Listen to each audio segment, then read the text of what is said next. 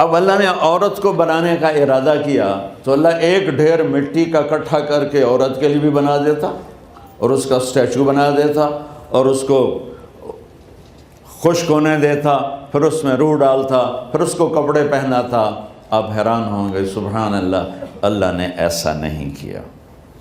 آدم علیہ السلام سوئے، آنکھ کھلی تو دیکھا ایک خوبصورت حسین عورت۔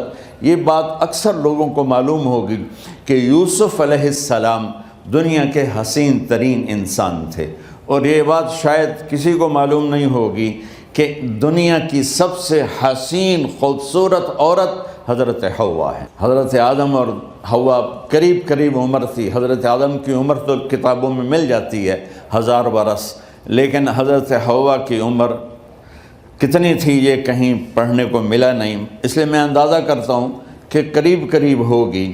بڑھاپا نہیں آیا، بیماری نہیں آئی، اور حضرت حوا کو مینسز بھی نہیں آتے تھے۔ یہ عجیب بات آپ کو بتاؤں، اللہ نے اتنا جنت کا ان کے اندر نمونہ رکھا۔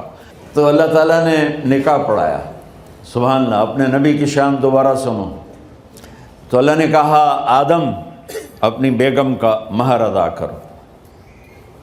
تو وہ پوچھنے لگے کیا مہر ہے؟ دیکھو ایک بات سنو، مہر کسی کی بیٹی کی قیمت نہیں ہوتی۔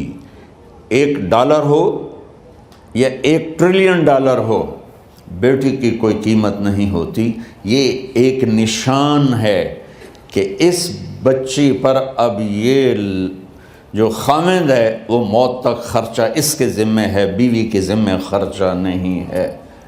خامند کما کے لائے گا اور اپنی بیگم کو کھلائے گا، اور بیوی گھر کی ذمہ داری نبھائے گی۔ تو خیر وہ الگ بات چلی جائے گی۔ اللہ تعالیٰ نے کہا کہ مہر ادا کرو۔ کہا جی کیا مہر ہے؟ تو میرے اللہ نے کہا تیری نسل میں میرا آخری نبی آئے گا، اس پہ ایک دفعہ درود پڑھ دے، یہ مہر ہے۔